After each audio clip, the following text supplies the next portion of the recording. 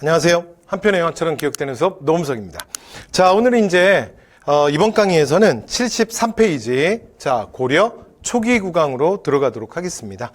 자, 그래서 저희가 이제 바로 지난 강의에서 자 고려의 후삼국 분열 그리고 후삼국 통일 과정까지 했죠. 네, 그래서 사실은 제가 궁의 견원 그래서 왕건한테 좀 너무 꽂혀가지고 그 얘기가 살짝 길었던 것 같아. 자, 그래서 이번 강의에서는 조금 더 속도를 내도록 하겠습니다. 그래서 초기구강 업적이랑 그 다음에 고려의 자 제도사까지 해보겠습니다. 자, 시작합니다. 자, 태조. 여러분 고려 태조는 중요해요. 시험에 잘 나옵니다. 그래서 지금 이제 요 단원의 이야기가 고려 초기의 구강, 그러니까 고려 초기의 요 시스템을 만드는 왕들이거든요. 근데 여기는 일단 출제 포인트가 3명의 구강이에요. 태조, 광종, 성종. 됐죠? 근데 우리가 조선에 가서도 똑같거든요. 그래서 초기에 그 초기의 시스템을 정비하는 왕들이 시험에 잘 나와요. 되죠? 자, 그런데 조선 태조는 시험에 잘 안 나옵니다. 그러니까 조선 태조 이성계는 진짜 쿨한 장소예요. 그러니까 진짜 좋게 얘기해서 정치적 욕심이 별로 없고요. 그 다음에 조금 나쁘게 얘기해서 정책 소양이 너무 부족해. 되죠? 그런데 그래서 실제로 그 이성계 옆에서 미래에 대한 비전을 끊임없이 심어준 사람이 누구냐면 사명대사고요. 끊임없이 그 얘기를 심어준 게 무학대사고, 그 다음에 조선이라는 세왕조의 구체적 설계자가 정도전이에요. 그래서 오늘날도 뭐라 그러냐면 누가 뭐래도 조선은 삼봉 정도전의 작품이다. 되죠? 나중에 뒤에 그래서 우리가 조선에 가서는 정도전의 중요한 이제 뭐 저서들, 그다음에 사상들 이런 것들을 체크할 거예요. 근데 여러분 왕건 아닙니다. 이 사람은 진짜 뼛속 깊숙이 정치인이야. 그래서 실제로 이제 행동하는 거, 말하는 거 다 그대로 믿으면 안 돼. 원래 정치인들 무섭잖아요. 그렇죠? 그다음에 그 태조 왕건은요. 재위 기간도 깁니다. 그래서 이리저리 업적도 많아요. 자, 그래서 들어가 볼게요. 자, 첫 번째. 태조의 정책 그러면 크게 3개의 그룹이 있어요. 첫 번째, 민생안정. 두 번째, 호족통합. 세 번째, 고구려 계승의식 북진정책이에요. 왜냐면 나라 이름을 고구려라고 줬잖아. 그럼 고구려의 땅을 회복해야지. 그쵸? 이렇게 크게 1, 2, 3. 자, 그 다음에 그 대표적으로 남긴 글, 정계와 계백 요소, 혼유 10조가 있거든요. 그래서 요거 2개 플러스 알파. 요 정도 보시면 돼요. 됐죠? 자, 해볼게요. 첫 번째, 민생안정. 그러니까 이 통일, 분열의 과정에서 사실은 백성들이 가장 고통받았겠죠. 자, 그래서 민생안정책을 하는데 일단 2가지는 기억하셔야 돼요. 첫 번째, 취민유도. 그래서 이걸 뭐라 그러냐면 조세수치, 세금을 적당히 해라. 그래서 10분의 1 이상 걷지 마라. 그래서 얘를 뭐라 그러냐면 취민유도라 그래요. 여러분 이거 단어 외울 필요 없어요. 그러니까 백성들 취함에 있어. 세금 걷을 때 정도껏 걷어. 정도껏. 너무 많이 걷지 말고 그게 뭐 얼마라고요? 10분의 1 끝. 자, 그 다음에 민생안정책으로 흑창을 만들어요. 흑창은 빈민구제를 위해서 만드는데 요거 이제 개념이 뭐냐면 앞에 우리가 고구려 때 했던 이게 진대법을 계승하는 거야. 농민구율제도. 되죠?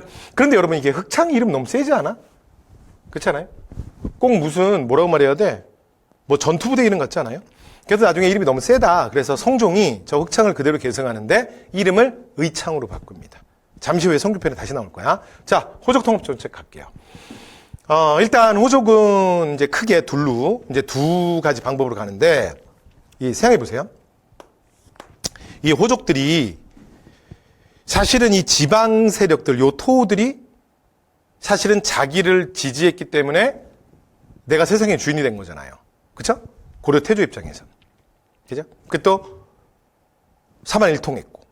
그런데 이게 통일까지 다 끝나고 나면 사실은 이 호족들은 태조 왕건에겐 굉장히 위협적 존재죠. 그러니까 정말 생사고락을 함께했던 동지이자 또는 정치적 필요에 의해서 또는 연합을 했든가 이런 이제 여러 그룹들이 있겠죠. 근데 통일이 되고 나면 이제 잘 봐야지. 왜냐하면 만약에 저들의 마음이 또 변하면 그럼 내가 뭐가 되는 거야? 제가 궁예 투되는 거야. 궁예가 그렇게 쫓겨났잖아. 저들이 궁예를 등지고 나를 선택한 거잖아. 그쵸? 그래서 이 통리되고 나면 저걸 이제 잘 회유 통제를 해야 되는데, 첫 번째, 회유책의 가장 기본은 일단 우리가 앞에서 고구려계 얘기 계속했지만 하여튼 고구려계가 이렇게 뭐 좀 생각하는 거 별로 안 좋아하는 것 같아요. 그죠? 그래서 계속 막 고민하는 거지 막 제가 나한테 요즘에 좀 소원해진 것 같아. 요즘에 좀 연락이 없네. 그 톡을 보내도 빨리빨리 안 오지. 막 이렇게 막 생각하고 그다음에 날 바라보던 눈빛이 왜 저렇지? 날 보는 표정이 별로 안 좋은데 나한테 섭섭한 거 있나? 이렇게 생각하는 거 엄청 귀찮아. 그래서 왕권의 방법은 뭐냐면 진짜 쿨해요. 피는 물보다 진하지. 그래서 자신의 진짜 엄청난 정력으로 그냥 다 패밀리를 만드는 거예요. 됐죠? 그게 당시 호족이야? 공신이야? 그럼 뭐야? 웨딩. 그래서 그냥 다 결혼해서 패밀리가 되는 거예요. 그래서 온 세상을 다 패밀리로 만드는 거예요.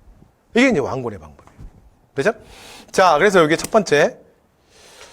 그리고 공신들한테 토지 나눠주는 거. 이거 이제 경제 파트에 가서도 좀 할게요. 전시가 얘기할 때. 그래서 땅을 공신들의 역할에 따라 분 나눠줬다. 가볍게. 자, 그 다음. 그냥 내 취미자 특기가 혼인이거든요. 그래서 여러분, 실제로 왕건이 얼마나 대단하냐면, 정식 부인의 숫자만 29명이야. 그러니까 정식 결혼이라는 절차를 밟은 게 29. 그런데 왕은 원래 비공식적 여자들이 더 있잖아. 도저히 더 많죠. 장난 아니야. 그래서 여러분, 우리나라 역사상 하여튼, 여자의 숫자는 무조건 왕건이 1등이에요. 아니, 왕건이 1등이야. 태조 왕건이. 응? 상대가 없어, 상대가. 1등, 원탑. 됐죠? 그래서 이제 왕건이 정말 결혼이 진짜 특기이자 취미이자 삶이죠. 우리 태조에. 그런데 이 태조도 안 되는 게 있다라고 생각을 했나 봐. 그러니까 어떤 이제 호족이나 공신집에 간 거예요. 그래서 이렇게 만나고 했는데, 근데 그 집에 가서 그 따님을 봤나 봐. 우리 태조께서. 그런데 그 따님을 딱 보고 이건 아니구나라고 생각했던 것 같아요. 나도 안 되는 게 있구나. 그래서 그때는 어떻게 하냐? 끝까지 결혼하자는 얘기 안 해요. 그리고 어떻게 하냐면, 자, 헤어지면서 자신의 성, 무슨 말인지 아시겠죠? 그러니까 당연히 왕씨니까 왕씨겠죠? 그래서 성씨를 하사하는 거야. 그래서 성을 하사하다예요. 그러니까 우리는 혼인관계를 맺은 적은 없지만 뭐가 된 거야? 패밀리가 된 거죠. 됐죠? 그래서 대표적으로는 그 당시에 그러니까 명주, 그러니까 오늘날의 강릉이거든요. 강릉의 가장 강력한 호족이 김순식이에요.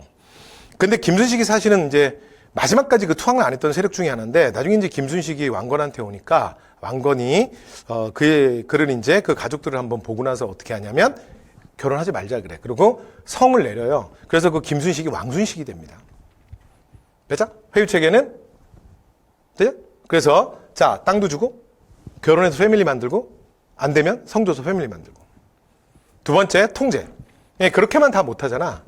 그래서 나머지 세력들은 이제 적절하게 통제를 하는 거예요. 쉬운 것부터 먼저 갈게요. 기인제도. 요거 한 번 들으면 잘 안 까먹습니다. 완전 쉬워요. 됐죠? 자, 지금 우리 뭐 하고 있죠? 자, 고려시대 지방 통제 정책, 뭐다? 기인제도.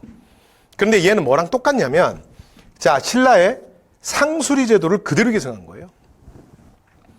그러니까 지방 통제하는데 어떻게 한다? 인질제도야. 근데 여러분, 이게 차이가 뭐냐면, 그 신라의 원래 상수리 제도는 호족 그 자체를 머물게 해요. 그런데 고려의 기인제도는 살짝 달라. 그러니까 호족이 아니라 해보니까 뭐 직접 없어도 되고 그냥 자식 붙잡고 있어도 되더라요. 됐죠? 그래서 자제. 호족의 자제. 됐죠? 호족의 자제를 인질로 붙잡고 있는 거예요. 그럼 뭐 어떻게 못하지 뭐. 됐죠? 그래서 자, 조금 다른데 거의 똑같습니다. 되죠?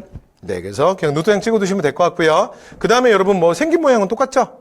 그치? 암기도 좋아요. 외우기도. 아니 뭐 꼭 외우시라는 얘기가 아니라 그렇다는 얘기야. 실나잖아요. 그래서 쌍수리 제도고요. 그 다음에 꼬리잖아. 그래서 기인제도. 됐죠? 자, 그래서 똑같다. 쉽다. 자, 그 다음. 조금 여러분 설명이 필요한 게 사신간제도야. 사신간제도만 좀 설명할게요. 얘는 뭐냐면요. 얘는 중앙의 현직 고위관리예요. 고위관리. 됐죠? 근데 여기 이제 다시 현직입니다. 현직. 전직 아니에요. 현직 관리. 현직 관리를 자신의 출신 지역에 사신관으로 임명해요. 출신 지역에. 됐죠? 그리고 그 지역의 일을 자문하는 거야. 근데 자문으로 그냥 끝나는 건 아니고요. 만약에 그 지역에 무슨 문제가 생기잖아요? 그러면 연대 책임을 물어요. 연대 책임 제도야. 자, 무슨 말인지 다시 해볼게요. 그러니까 제가 그 그러니까 고려 중추원의 2급 공무원 추밀이에요. 추밀. 됐죠? 그래서 예를 들어 뭐 중앙정보부처의 뭐 장관. 장관은 상품인데 고려시대는. 뭐 어쨌든 간에. 그래서 예를 들어 제가 뭐 호부 상서야. 그러니까 기재부 장관. 그런데 제가 전라도 나주 출신이에요. 중앙에 지금 고위관리잖아요. 그러니까 당연히 어디에 있겠어요? 현직 고관이니까 이 사람 어디 있겠어요? 저 어디 살겠어요? 어디 살긴요? 고려시대는 무조건 다 개경에 사는 거예요. 그래서 신라나 고려나 다 귀족사회야. 귀족사회는 뭐냐면 그 나라의 기득권 세력이 다 수도에 몰려 사는 거예요. 그걸 귀족사회라 그래요. 자, 그래서 다 당연히 개경에 살죠. 고려 때는. 조선은 근데 여러분 귀족이 아닙니다. 나중에 뒤에 가서 할 건데 조선은 양반관료 사회예요.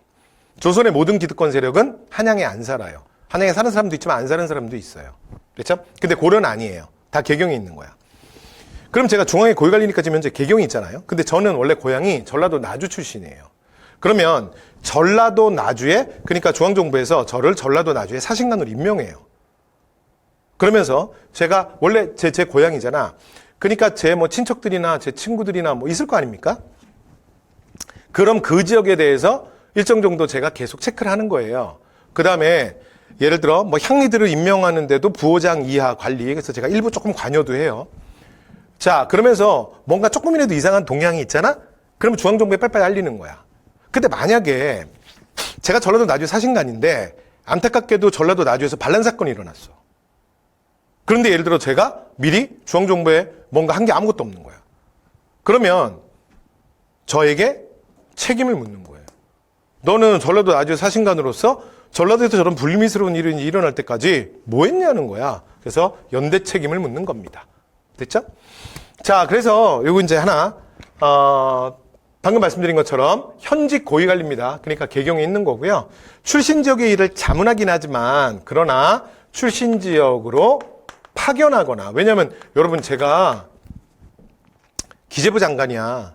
예를 들어 제가 국세청장이야. 근데 이런 사람을 여러분 지방에다 내려보내면 안 되잖아. 내 지금 서울에서 볼 업무가 얼마나 많은데. 그래서 파견하거나 또는 출신 지역에 거주케 하는 건 아닙니다. 됐죠? 중앙에서 자기 업무하면서 일부 전라도 나주에 대해서 관여하는 거예요. 그래서 고위관료들을 중심으로 이제 각각의 지역들을 맡기는 거죠. 됐죠? 이게 뭐다? 사신관제다. 자, 그 다음 북진정책. 자, 이거는 쉽습니다. 고려 계승의식. 자, 북진. 그래서 거란에 대해서 굉장히 적대적이고요. 대표적인 게 만부교 사건이에요. 대관기 가면 뒤에 가면 바로 나옵니다. 그 다음에 평양을 중시해요. 평양. 여러분 그대로 읽어볼게요. 저 좀 보세요. 그래서 평양을, 요 경자가 뭐냐면 중앙경자. 됐죠? 서울이라는 얘기야. 서울. 그래서 좀 이따가 지방제도 가서 제가 고려시대 경기라는 걸 말할 건데 여러분 오늘날의 경기도가 아닙니다. 저 경자는 뭐냐면 서울경자야. 중앙경자. 됐죠? 그래서 고려가 수도가 개경이잖아요. 그쵸? 개성. 그런데 나중에 평양을 서경으로 높이는 거예요. 무슨 뜻이야? 서쪽 서울이다. 그렇죠? 그래서 서경으로 지정해서 중시하고 저 평양이 바로 어디야? 고구려의 옛 수도잖아요. 그러면서 북진정책. 고구려의 옛 땅을 수복하는데 전진기지로 삼겠다. 이런 얘기야. 그래서 실제로 여러분 태조왕건은 이걸 실천을 해요. 그래서 자기 제위 시절에 영토를 넓힙니다. 됐죠? 이거 가니까 꽤 가야 되네. 그래서, 근데도 왔어요. 그냥 여러분 그 옆에 지도 있죠? 보이시죠? 그래서 이게 원래 이게 통일라인이잖아. 통일라인. 됐죠? 네. 그런데 나중에, 자, 위에까지 이렇게 땅을 더 넓히는 거야. 태조의 북진정책의 결과. 됐죠? 그래서 청천강에서 도련포까지. 됐죠? 아니, 청천강에서 영만까지. 되죠? 자, 이렇게 해서 잠깐 말씀드렸습니다. 자, 북진정책, 자까지 말씀드렸고요. 아, 제가 좀 멀리 갔다 왔네요. 자, 마지막. 자, 그래서 뭐 청천강, 영만까지 방금 말씀드렸고요. 그 다음에 여러분, 이거는 지난번에 했죠? 독자적 연호 뭐라고요? 천수. 그래서 이게 건국자가 쓰기에 되게 좋은 연호야. 이 나라가 천년가라. 됐죠? 그래서 발의 고왕이 뭐라 그랬죠? 천통. 고려 태조가 뭐라 그랬죠? 천수. 지난번에 제가 연호할 때 말씀드렸어요. 자, 그 다음에 편찬사업인데, 자, 정계와 계백요소. 저기 눈도장 하나 찍으시면, 실제로 근데 정계 계백요소는 원래 전하지도 않는데, 이게 시험에 잘 나와요. 이게 뭐냐면, 왕건이, 그러니까 후세 관리들에게 너희들이 앞으로 왕들을 이렇게 모셔라. 그래서, 자, 지켜야 될 규범을 제시한 거예요. 그죠? 건국자로서, 그냥 후손들한테 많은 걸 남겼어. 근데 또 하나, 뭐도 있냐면, 여기 특이하죠? 훈유십조. 실제로 이게 더 중요해요. 왜냐면 정계와 계백요소는 간단하게 선지로만 나올 수 있는데 훈유십조는 사료가 통째로 나올 수 있어요. 훈유십조가 더 중요하지. 이거는 뭐냐면 후세 왕들이에요. 왕. 그러니까 왕조 국가니까 후세 왕들은 당연히 자기의 후손 중에 누군가겠죠. 그래서 후대 왕들에게 너희들이 왕으로서 그대들이여 이 10가지는 지키시오. 그러면서 10가지를 남긴 거야. 그래서 이걸 뭐라 한다? 훈유 10조라고 합니다. 그래서 나중에 이제 사료 나올 때 요거는 하나 최승로의 시무 18조랑 조금 구별하셔야 돼요.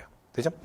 네. 그래서 훈유 10조 후세 왕들에 대한 여러 가지 것들을 남겼는데 요 내용은 어떻게 되냐면 내용은 본인이 평소에 했던 것들입니다. 그래서 기본적으로 서경 중시와 북진 정책에 대한 얘기 있고요. 그 다음에 또 대표적인 거 플러스로 하나 더 말씀드리면 불교, 숭상 이런 내용이 있어요. 자기가 이렇게 삼일통하고 모든 대업을 이룬 건 다 누구의 덕이다? 부처님의 은혜다. 되죠? 네, 그래서 이런 얘기들로 구성되어 있는 게 훈유 10조예요. 그래서 이제 이 불교 숭상 얘기하면서 여기서 하나 태조 왕건이 했던 게 뭐냐면 그 연등해야 8간에는 내가 너희들에게 모범을 보였으니 주신을 가감치 마라. 이런 얘기를 해요. 되죠? 제가 연등의 8간의 얘기 들은 건 좀 이따가 최승로의 시무 18조에서 얘기할게요. 왜냐하면 최승로의 시무 18조는 정반대야. 연등의 8간이 좀 그만해라. 국가 행사가 많아서 백성들이 못 살겠다. 그래서 행사를 줄여 백성의 힘을 펴게 하소서. 근데 최승로가 말하면 성종이 무조건 다 듣거든요. 그래서 성종이 바로 연등의 8간에 없애버려요. 잠시 후에 돌아올게요. 자, 이렇게 해서 태조의 정책 말씀드렸습니다. 자, 그 다음 2대 국왕이에요. 자, 2대 국왕은 큰아들 해종입니다. 그런데 해종은 그 해종 시기는 실제로 그러니까 결혼 정책, 혼인 정책에 대한 부작용으로 요 앞에 왕들이 사실은 굉장히 고전해요. 그러니까 무슨 말이냐면 여러분 지난 시간에 제가 그 신라 하대할 때 우리가 이런 얘기 잠깐 했던 것 같은데 여러분 왕건이 그러니까 호족들을 그냥 결혼해서 다 패밀리를 만들겠다. 근데 사실은 뭐 제가 뭐 고려 태조를 디스하려는 게 아니라 여러분 그게 문제 해결이 돼요? 아니 무슨 말이냐면 이게 문제가 더 커지지 않을까? 왜냐하면 잠깐은 뭐 패밀리다 그럴 수 있는데 여러분 태조 때를 생각해 보면 고려 궁이 엄청 시끄러웠겠지. 왜냐면 애들은 그냥 엄청 뛰어다니잖아. 그래서 초등학교 때 이렇게 저학년교실 가보면 애들 이렇게 책상에 앉혀놓으면 못 앉아있는 애들 많아요. 막 정신없어. 그리고 발도 가만 안 있어. 막 계속. 애들 가만 안 있잖아. 그쵸? 그래서 이제 여러분 커서 가끔 애들 막 이렇게 보면 막 미친 애 같잖아. 아니야. 여러분들도 어릴 때 그랬어. 그러니까 애지. 말 잘 들으면 애야? 어른도 말 잘 안 듣는데. 그죠? 그 궁이 엄청 시끄러워. 왜 그럴까? 제가 왕건의 아들들을 보여드릴게요. 왕건의 아들들이야. 뭐야? 뇌물 반개야? 우리 지난번에 했던? 그러니까 혼자 이렇게 애들이 부인 엄청 많으니까. 됐죠? 바로 무슨 문제 생기는지 아시겠죠? 혼인정책의 부작용. 여러분, 왕건과 그러니까 정략적 혼인을 했던 그 상대 집안이 어떤 집안들이겠어요? 일반 농민, 아니, 노비, 향소부국민은 아닐 거 아니야. 아, 힘께는 쓰는 집안일 거 아니에요? 근데 왕건이 나이 들고, 병 들고, 늙어가는 거 보면서 무슨 생각하겠어? 내 딸아이가, 내 누이가, 지금 왕건의 부인이잖아. 그런데 그 사이에서 태어난 아이가 왕위를 계승하는 순간, 내가 세상의 주인이 되는 거죠. 그러니까 이런 생각을 다 한 번씩 하지 않겠어요? 자, 그래서 그 혼인정책의 부작용으로 2대 국왕이었던 해종, 이게 2대 국왕이거든요. 해종은 사실은 제대로, 그러니까 왕권이 수립이 안 되는 거야. 그러니까 워낙 뭐 시끄러운 거예요. 특히 이 둘째 아들, 그러니까 휘가 무인데, 이 무가 힘을 더 못 썼던 게, 무의 어머니가, 그러니까 전라도 그 소금장수, 그러니까 대상인으로 되게 유명했던 오다련의 딸이에요. 그래서 나주 오씨라 그러는데, 그 나주 오씨. 그러니까 앞에서 얘기했던 왕건이 그 금성상륙작전, 그 나주 상륙작전을 성공시킬 때 결탁했던, 그래서 날 버리지 않게 약속해라, 내 딸과 결혼해라. 그래서 그 오다련이 그러니까 자기 딸을 왕건에게 시집 보내거든. 여기가 두 번째 부인이에요. 원래 첫 번째 부인이 있는데 첫 번째 부인 사이에는 자식이 없고요. 그러니까 두 번째 부인인데, 근데 이쪽 그룹이 세력이 되게 약해. 그냥 장사꾼집 딸이고. 그래서 그러니까 왕건도 보니까 불안한 거야. 그래서 어떻게 하냐면 왕규라는, 그러니까 이제 공신 중에 하나예요. 그래서 왕규한테 부탁을 해요. 그런데 사실은 왕규가 그러니까 해종의 후견인이 되라. 그러니까 왜냐면 왕건이 자기가 봐도 이게 제일 큰 아들이긴 한데 무가, 그러니까 엄마 집안이, 그러니까 외척이 너무 약한 거야. 그래서 불안했겠죠. 그래서 왕규에게 해종을 맡기고 왕건은 죽어요. 그런데 왕규가 문제가 뭐냐면 그 왕규도 자기 손자가 또 있어. 왜냐면 자기 딸이 왕건의 부인이거든. 왜 내가 남의 손자 챙겨, 남의 아들 챙겨, 우리 애 챙겨야지. 그래서 이제 여기 또 손자는 균이거든요. 그런데 그래서 이제 왕규가 자기 손자를 왕으로 세우려. 근데 이건 좀 명확하지가 않아. 왜냐면 여러분 이게 역사라는 게 승자의 기록이잖아요. 그래서 결국은 왕십념이 왕규를 제거합니다. 그리고 이제 이런 과정 속에서 여러 가지 이 사건 사고 속에서 해종은 죽어요. 됐죠? 근데 왕규가 진압을 할 때 누굴 데려가냐면 셋째 부인, 원래 셋째 부인이 실세예요. 여기가 충주의 대오적 유긍달의 딸인데, 그래서 이제 충주유씨라고 그러는데, 요 충주유씨 이 세 번째 왕인데, 그러니까 왜냐면 왕건은 여러분 워낙 부인이 많잖아요. 보통 왕이 한 명이면 왕후가 한 명이거든요. 근데 왕건은 공식 왕후만 6명이야. 됐죠? 네, 그러니까 일반적인 모든 걸 다 뛰어넘는 분이니까. 그래서 그 이제 충주유씨의 둘째 아들 요. 그러니까 이제 왕십념이 요한테 가요. 왜냐면 이제 왕십념이 국초부터 태조가 왕건이 중시했던 그 서경의 책임자였거든요. 당시 서경 진장이야. 그래서 왕십념이 진짜 왕규가 뭐 그랬는지 모르겠는데 어쨌건 좀 이상하다. 그래서 이제 요를 데리고 왕규를 죽여요. 그러고 난 다음에, 그리고 그 과정에 또 해종은 죽어. 그래서 왕십념이 힘을 실어줘서 이 요가 왕이 오르는데, 자, 이 사람이 3대 국왕 정종이에요. 그죠? 그냥 가볍게 그냥 스토리로 들으시면 돼. 그냥 쭉 갈게요. 하나만 더. 근데 그러니까 정종은, 다시 할게요. 정종은 광종을 좋아해. 그래서 정종은 딱 요것만 기억하시면 돼요. 요 스토리 하나. 그러니까 왕십념이 그 왕건의 사촌 동생이거든요. 서경 책임자.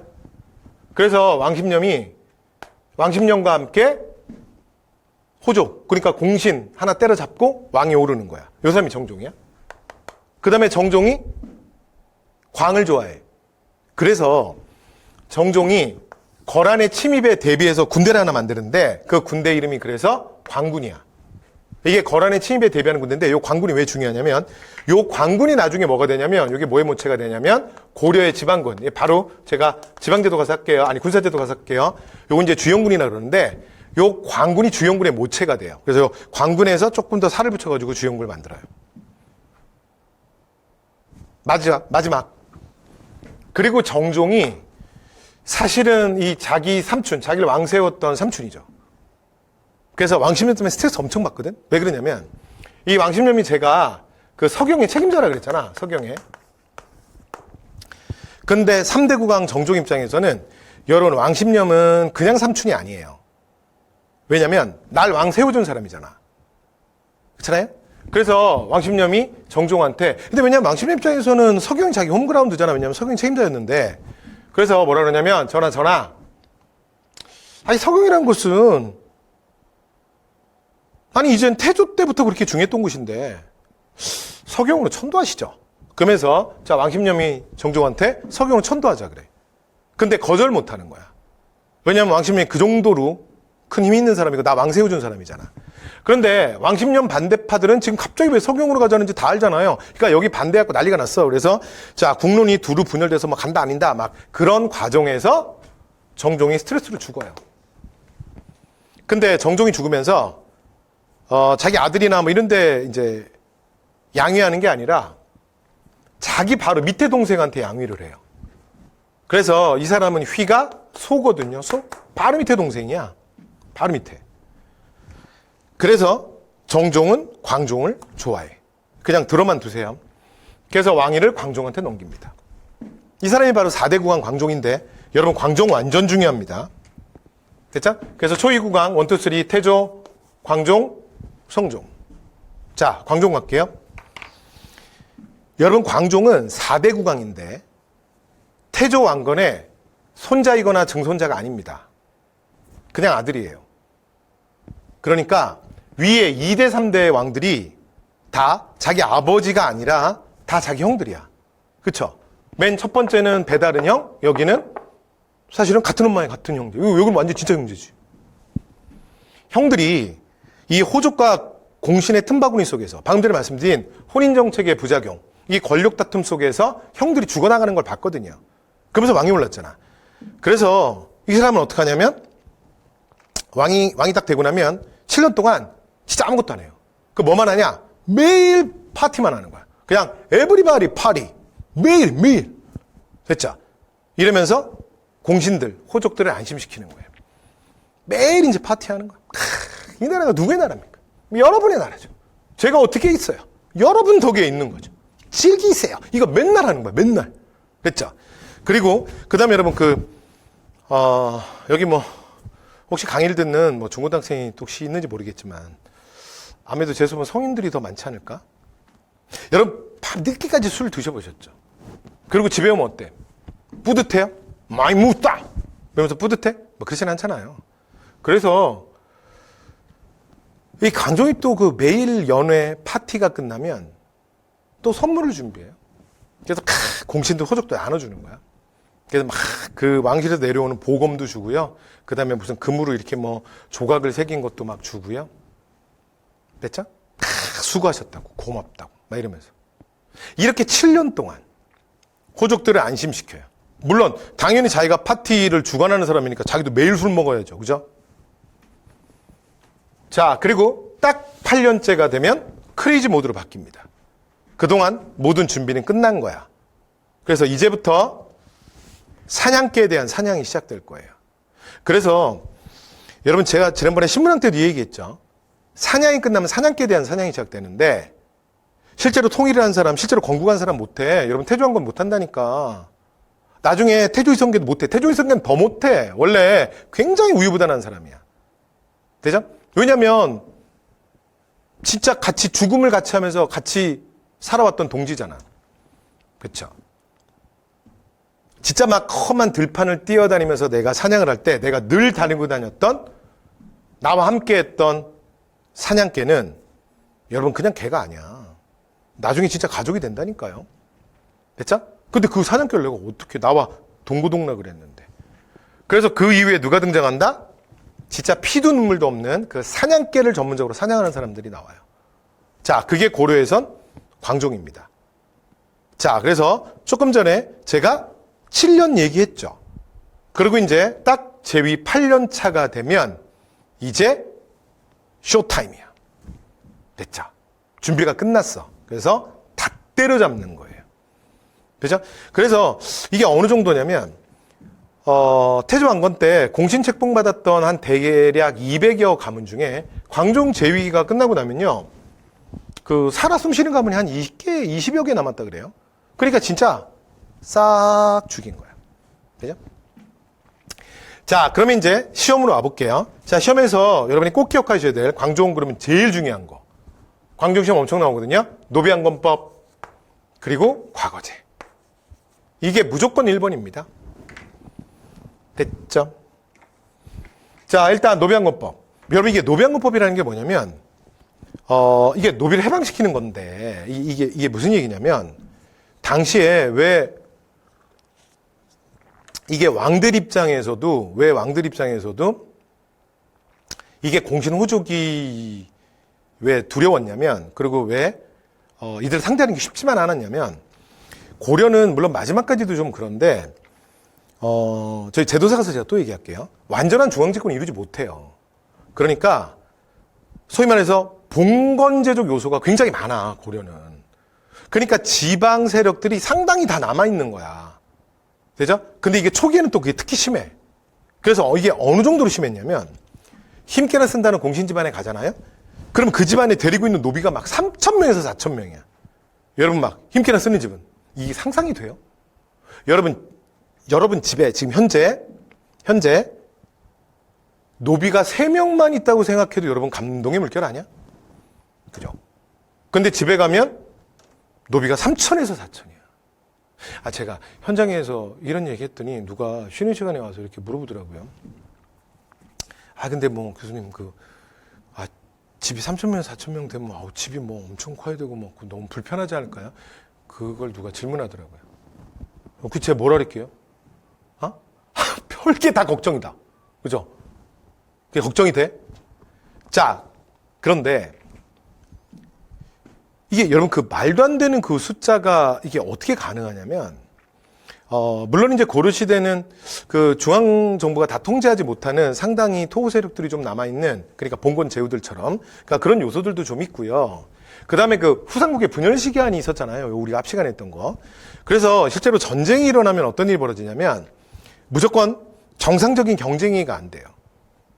그러니까 전쟁이 일어나면 그냥 경제적으로 그냥 무너지는 사람들이 많이 생겨요. 그럴 수 있겠죠.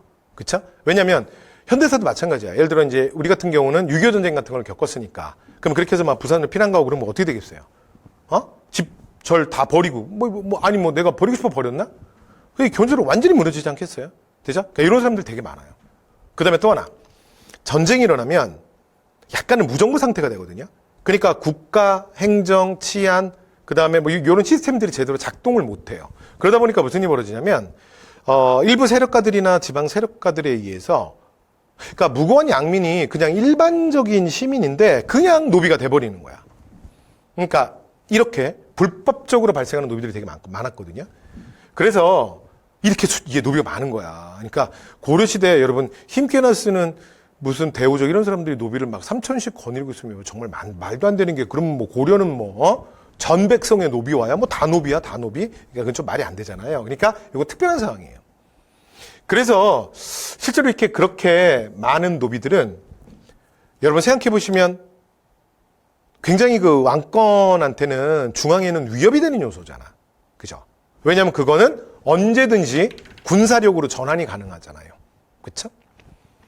그래서 이게 광종이 이걸 어떻게 하냐면 우리 현대사에서 마치 무슨 김영삼 정부 때 금융실명제 전격 실시했던 것처럼 광종이 진짜 딱 준비했다가 전격적으로 시행합니다.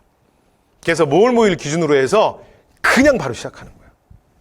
되죠? 그래서 국가의 공식 문서에 정확하게 명시되어 있는 노비를 제외하고서는 무조건 불법적인 노비를 관주할 테니 다 풀어줘라. 그렇죠? 그래서 한 방에 그 노비를 다 풀어줘 버린 거야. 되죠? 이게 광종의 노비왕건법이에요. 되죠? 중요합니다. 자, 요 노도장 찍으시고요. 자, 그럼 어떤 효과가 있을까요? 빨리 해볼게요. 첫 번째, 공신. 그러니까 호족. 세력이 어떻게 되겠어? 바로 박살나죠. 이해되시죠? 자, 그래서 실제로 이제 노비왕건법이 끝나고 이제 아까 말씀드렸던 그런 집을 가보잖아요? 그러면 집에 노비의 숫자가 뭐 100명, 200명 그래. 아무리 대단한 집을 가도.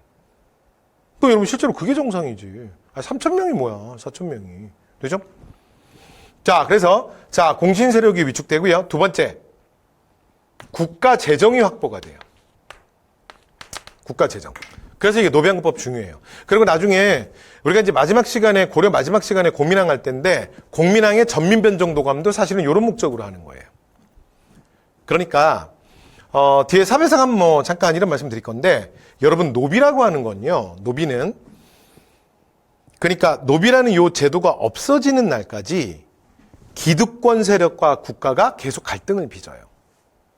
그게 왜 그러냐면 이 노비라고 하는 건 여러분 그 전근대 사회에 가장 대표적인 내 재산 가산이라고 하잖아요. 그러면 가장 기본이 뭐냐면 토지와 가옥.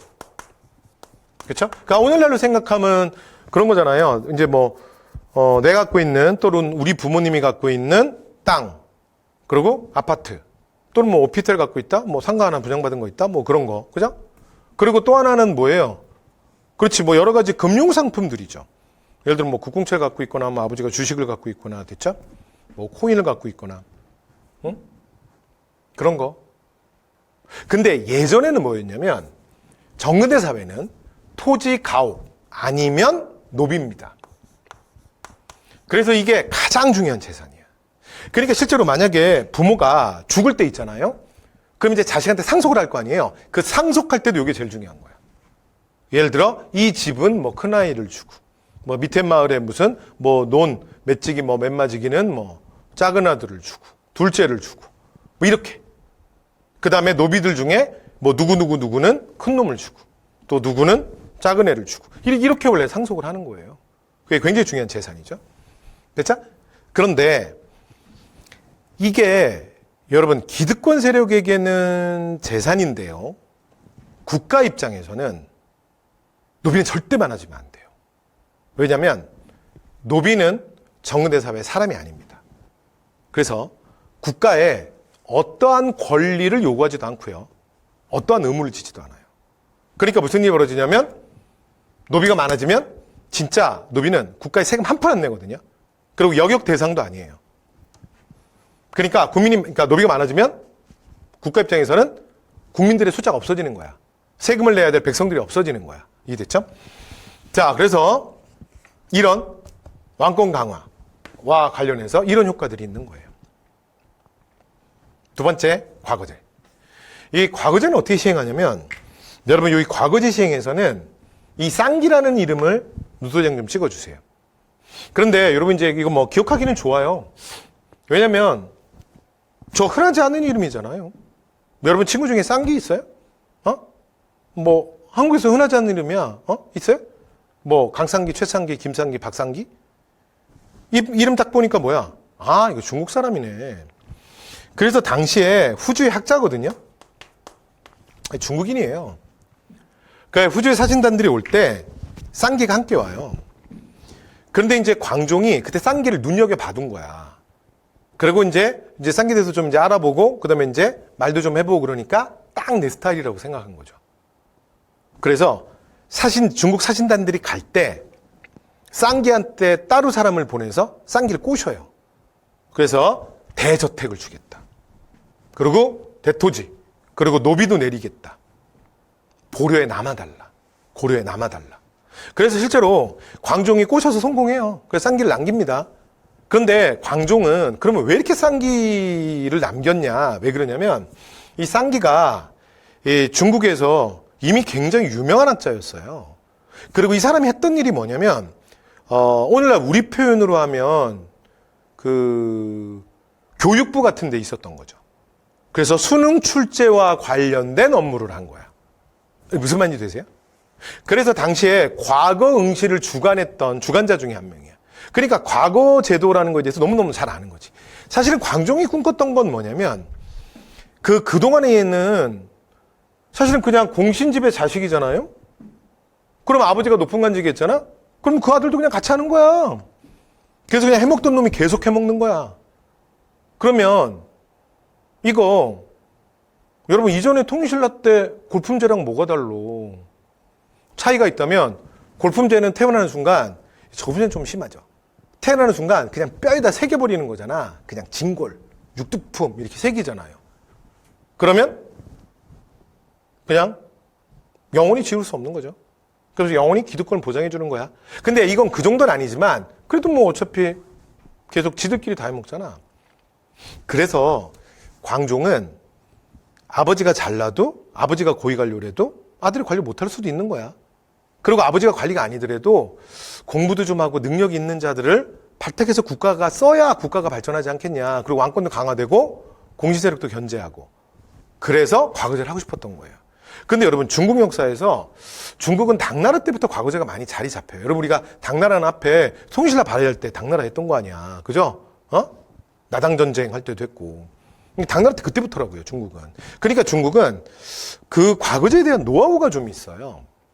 그래서 신라 하대 원성왕도 독소산풍가 같은 거 하면서 좀 비스름하게 한번 해보려고 했는데 그 기득권 세력에 반대 부딪혀서 바로 실패하잖아. 근데 광종이 이걸 하는 거예요.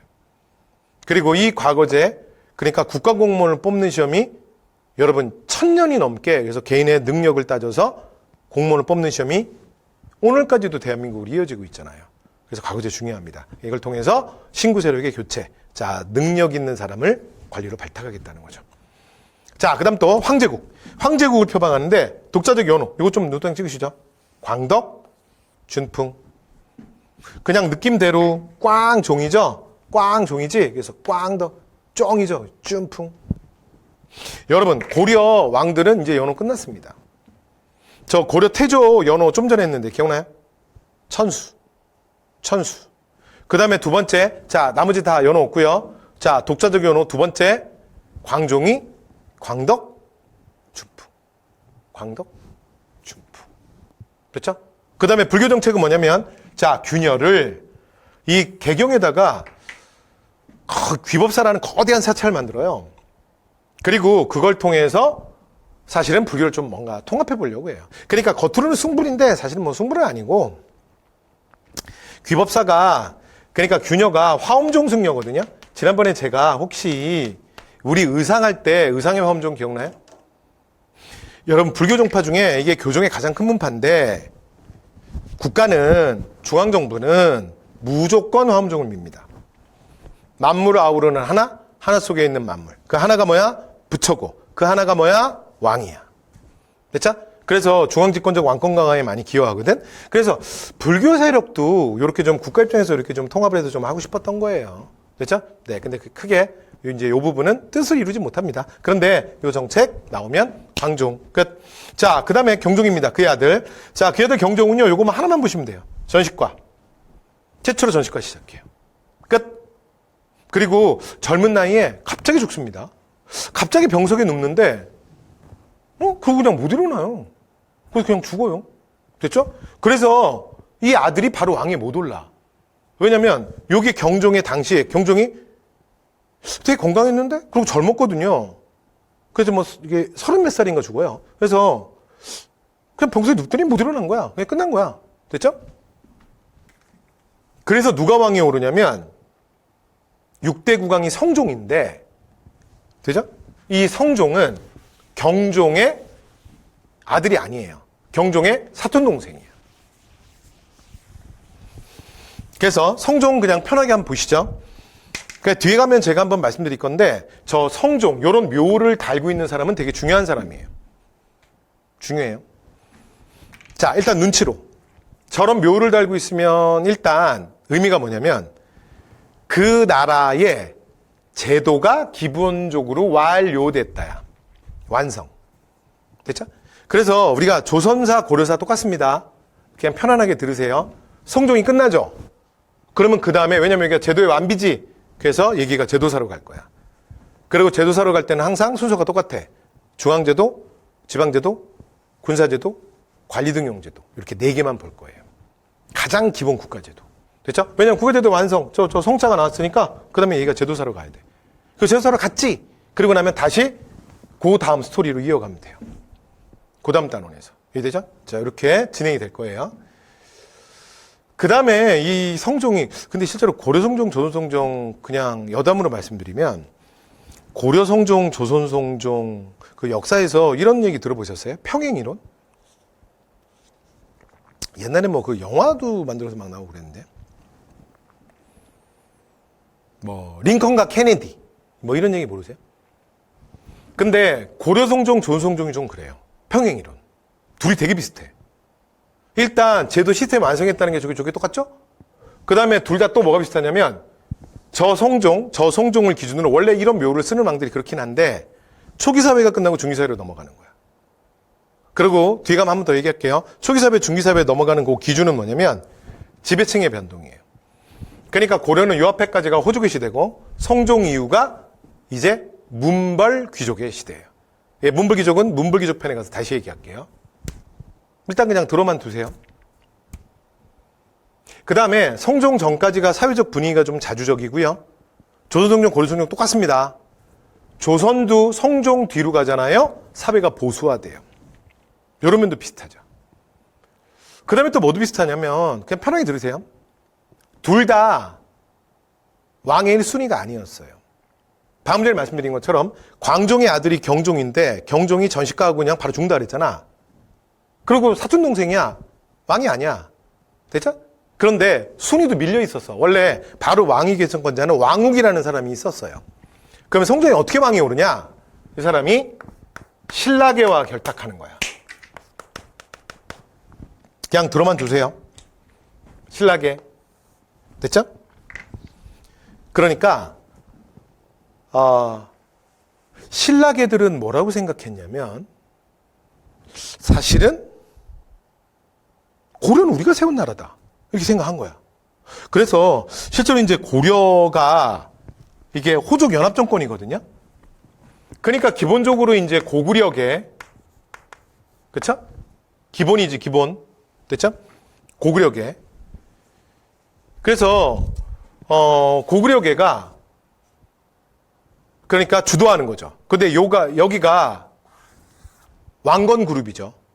힘을 갖고 있는 그룹. 그리고 이제 또 하나가 뭐냐면 신라계예요.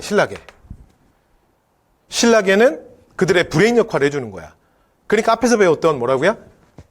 그러니까 힘을 가진 자 호족, 브레인, 육두품 유학자들. 그죠? 이건 우리 반신라 세력 할 때 이거 했던 얘기잖아요. 그러니까 여기가 견훤이면 여기는 최승우고 여기가 왕건이면 여러분 왕건 때도 그 또 한 명의 이제 천재최 씨 채원이가 함께 한다 그랬잖아. 그리고 또 당대 최고의 뭐 어릴 때부터 뭐 천재 소리를 들었다는 뭐 최지몽 뭐 이런 사람들도 있어요.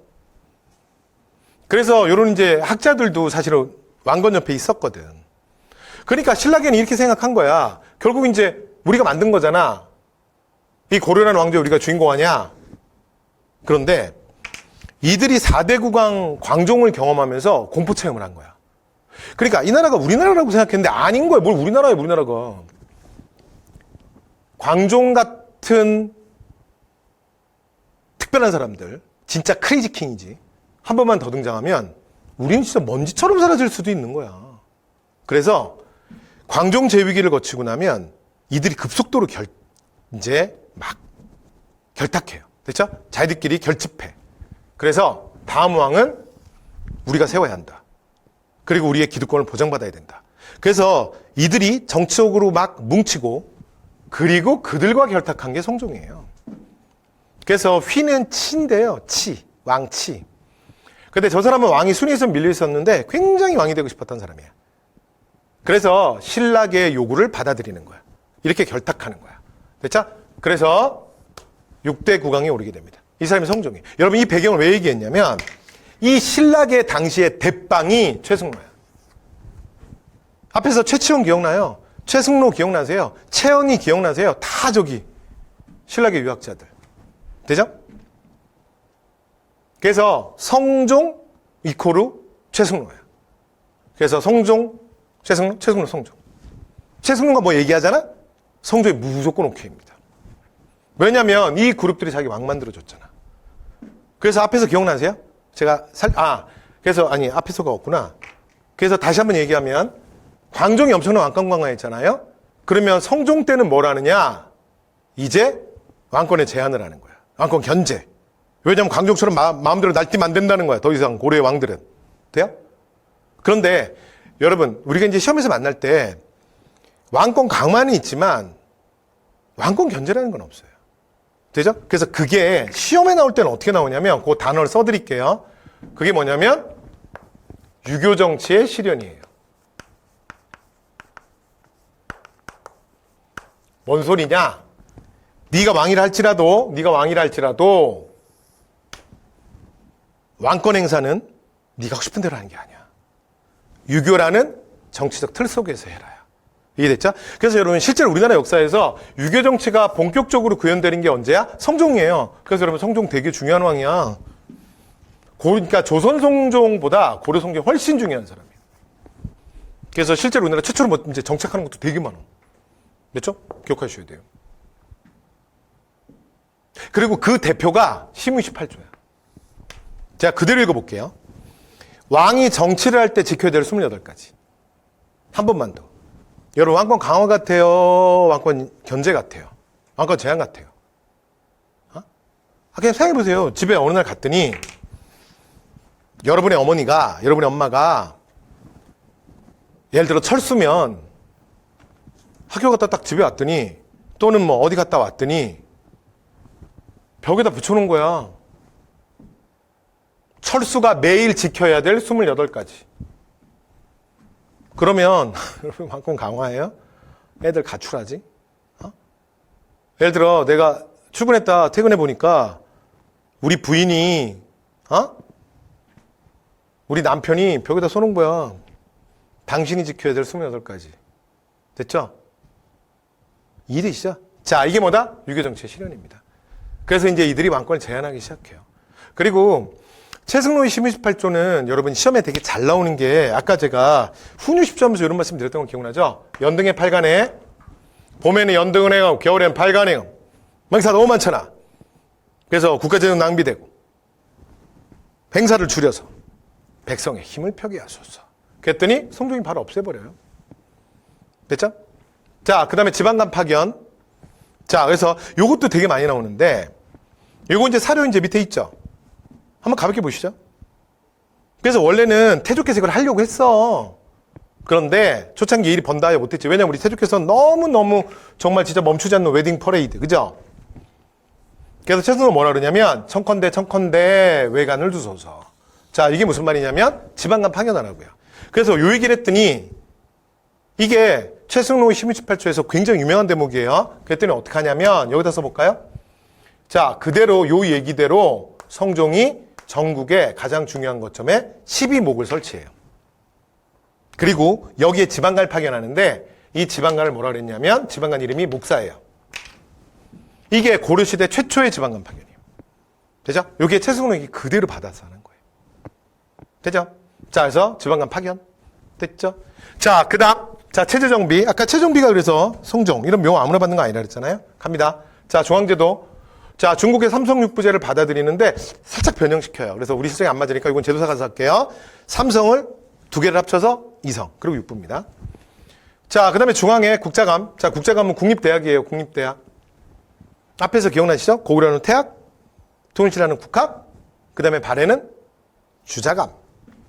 고려는, 요거 이제 원래 고려제도가 다 당나라 거거든요. 당나라는 그대로 써. 국자감. 자, 밑으로 내려올게요. 지방제도입니다. 자, 지방에, 방금 얘기했다. 12목 설치. 그리고 목사라는 지방간을 파견하는데, 요게 왜 중요하냐면, 최초. 고려 최초, 고려. 됐죠? 그 다음에 두 번째, 향직제도. 그러니까 지방직 제도도 처음으로 성종이 만들어요. 물론 이제 뒤에 뭐 현종이 또 좀 손대고 그러긴 하는데, 요거 향직제도 또는 뭐라 그러냐면, 또 다른 말로 써볼게요. 또 뭐라 그러냐면, 향리제라 그래요. 향리제. 그래서 우리가 고려시대 이후에는 한국사 수업을 하다 보면 이제 무슨 얘기가 나오냐면 향리 이런 얘기가 나오거든요. 그래서 향리 나오면 여러분 뭐라고 읽어주시면 되냐면 그냥 지방직 공무원이에요. 지방직 공무원. 됐죠? 자, 마지막 민생안정. 아까 했다. 자, 기억나세요? 의창. 흑창 이름 너무 세니까 의창. 그 다음에 상평창 그대로 읽으시면 돼요. 늘상 창고를 평평하게 한 거예요. 그래서 뭐 하는 거예요? 물가 조절. 그러니까 만약에 너무 풍년이 들어서 시장에서 쌀값이 막 폭락하잖아요? 그러면 정부가 쌀을 사. 그래서 시장 가격을 약간 안정시켜 주는 거죠. 근데 올해 너무 흉년이 들었어. 그럼 쌀값이 막 폭등할 거 아니에요. 왜냐하면 사람들이 밥을 안 먹을 수는 없으니까. 그러면 정부가 쌀을 잡아놨잖아요. 그걸 시장에 풀어서 가격을 떨어뜨리는 거야. 됐죠? 이 역할 누가 한다고요? 삼평차. 자, 이것도 누구예요? 성종.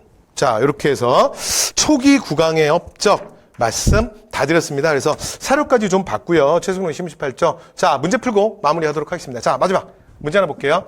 자, 다음 시나리오예요. 과거 급제자 명단을 막 보는데 그 다음에 지방에 뭐라고요? 경학박사, 의학박사를 하나씩 보냈대. 그래서 여러분 이게 무슨 말이냐면 중앙에 국제관 만들었다 그랬잖아. 근데 성종이 지방학교, 향교도 만들어요. 됐죠? 그러니까 중앙에는 국자감, 지방에는 지방학교, 향교. 그냥 그대로 그리면 돼. 여기 지방이잖아요. 아까 향리가, 그래서 그 리가 행정실무 담당자거든. 향리가, 그러니까 지방직 공무원이라고. 지방직 행정공무원. 됐죠? 그래서 향교를 만든 거야. 요거는 그냥 추가. 그래서 거기에 국가에서 티처를 보내죠. 그게 경학박사, 의학박사예요. 그 다음, 근데 그 어딘가 봤더니, 12목을 설치하래요. 그래서 지방민에게 함부로 공부하고, 그래서 분부대로 따르겠대. 누군지 아시겠어요? 성종. 자, 그래서 문제는 누구로 바뀌었어요? 고려의 성종으로 바뀌었네요. 자, 문제 갑니다. 쌍기의 권위로 과거제. 좀 전에 했다. 쌍기. 기억나죠? 과거제. 누구야? 광종. 그 다음에 관악지능책을, 이건 아직 안 배운 거예요. 이거 뒤에 나오는데, 양영고는, 이거는 해종의 관악지능책이에요. 자, 국자감을 성균관으로 계층하고, 육아교육 강화했다. 이건 나중에 뒤에서 배울 건데, 충렬왕이에요. 충렬왕. 최승로 정답이네요. 성종, 최승로, 성중. 그렇죠? 4번 정답이네요. 자, 정계와 계백 요소 혹시 기억나세요? 자, 정계와 계백 요소는 신하들에게, 후뇨 10조는 후세 왕들에게, 나오면 태조 왕건. 여기까지 됐죠? 자, 이렇게 해서 자, 고려 초기에 자, 국왕들에 대한 업적 말씀 다 드렸습니다. 자, 이번 강의는 자, 여기까지 하고요. 다음 시간 자, 고려 제도사로 들어가도록 하겠습니다. 수고하셨습니다.